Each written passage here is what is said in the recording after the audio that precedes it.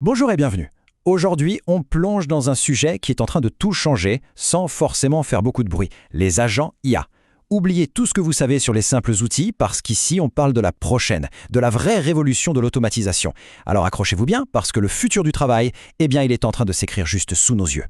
Alors, cette citation, elle est absolument centrale. Il y a deux expressions à retenir, changement de paradigme et axé sur des objectifs. Pour faire simple, imaginez. Au lieu de dire à votre GPS dans 200 mètres, tourne à droite, on lui dirait simplement « emmène-moi déjeuner dans un bon resto italien dans le coin ». Et c'est lui qui gérerait tout le reste, la recherche, la réservation, l'itinéraire. C'est ça le changement fondamental. Du coup, la grande question, c'est celle-ci. Comment est-ce qu'on passe d'une IA qui est un simple exécutant à un véritable partenaire, un coéquipier numérique? C'est exactement ce qu'on va décortiquer ensemble. Allez, première étape de notre exploration. Pour vraiment saisir ce qui nous attend, il faut d'abord mettre les choses au clair. L'IA qu'on utilise tous les jours, ce n'est pas tout à fait la même chose que ces fameux agents. Voyons un peu la différence. Franchement, cette image résume tout à la perfection. D'un côté, on a l'IA standard, l'IA classique. C'est une calculatrice. On lui donne 2 plus 2, elle nous renvoie 4. C'est direct, c'est simple. De l'autre côté, l'agent IA. Lui, c'est plutôt un comptable. On ne lui dit pas « additionne cette colonne ». Non, on lui dit « prépare ma déclaration d'impôt ». Et là, il va planifier, il va utiliser ses outils, il va réfléchir pour atteindre l'objectif. La différence fondamentale, c'est l'autonomie. L'autonomie au service d'un but précis. Ok, passons à la suite. Comment est-ce qu'on construit tout ça? Parce que, et c'est ça qui est intéressant, ce futur n'a rien de la science-fiction. En fait, il se bâtit sur des fondations très pratiques qui existent déjà. Alors, comment les entreprises s'y prennent-elles concrètement aujourd'hui? Eh bien, de manière très pragmatique. L'étape numéro 1, c'est de s'assurer que l'IA ne va pas inventer des choses. Pour ça, on utilise une technique qui s'appelle le RAG. En gros, c'est comme si on donnait à l'IA une bibliothèque d'entreprise, une base de connaissances ultra fiable, et on lui disait « tu ne pioches des infos que là-dedans ». Une fois qu'on a cette base solide, on passe à l'étape 2. On lui greffe des petits agents, des petites briques d'autonomie pour gérer des tâches toutes simples. Par exemple, planifier une action, choisir le bon outil, envoyer un email. Et dans la vraie vie, à quoi ça ressemble? Prenez la première illustration. On balance un tas de données brutes et c'est un agent IA qui va s'occuper de tout analyser, de trier et de nous sortir un rapport nickel. Ou alors la deuxième, un agent qui va prendre en charge un nouveau client de A à Z pour s'assurer que son intégration se passe parfaitement. Ça, ce n'est plus de la théorie, ce sont des applications qui tournent déjà dans certaines entreprises. Bon, maintenant passons à la vitesse supérieure. La question c'est pourquoi est-ce que ça explose maintenant?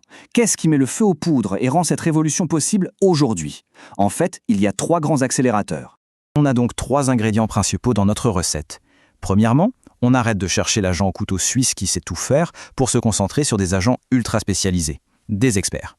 Deuxièmement, la puissance n'est plus forcément une question de taille. Les petits modèles plus agiles prennent le dessus. Et enfin, la boîte à outils des développeurs est en train de devenir un véritable atelier de haute technologie. Allez, on décortique tout ça. La première grande tendance, c'est la fin du mythe de l'IA à tout faire. Au lieu de chercher à construire un robot un peu maladroit qui essaye de tout gérer, on préfère maintenant créer une équipe de spécialistes. Un agent expert en recherche, un autre expert en rédaction, un troisième en analyse de données. Et pourquoi? Tout simplement parce que c'est beaucoup plus efficace, plus fiable et aussi bien plus facile à piloter.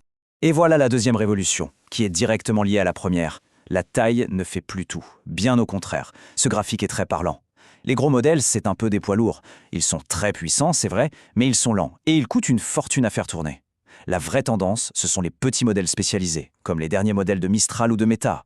Ils sont beaucoup plus rapides, bien moins chers et peuvent même tourner sur un simple ordinateur. C'est ça qui rend la création d'une armée d'agents spécialisés économiquement possible. Troisième et dernier accélérateur, les outils. Ce qu'on voit, c'est un peu le cauchemar du développeur d'hier, un enchevêtrement de process impossible à gérer. À côté, c'est la promesse d'aujourd'hui, grâce à des plateformes comme LangChain ou AutoGen.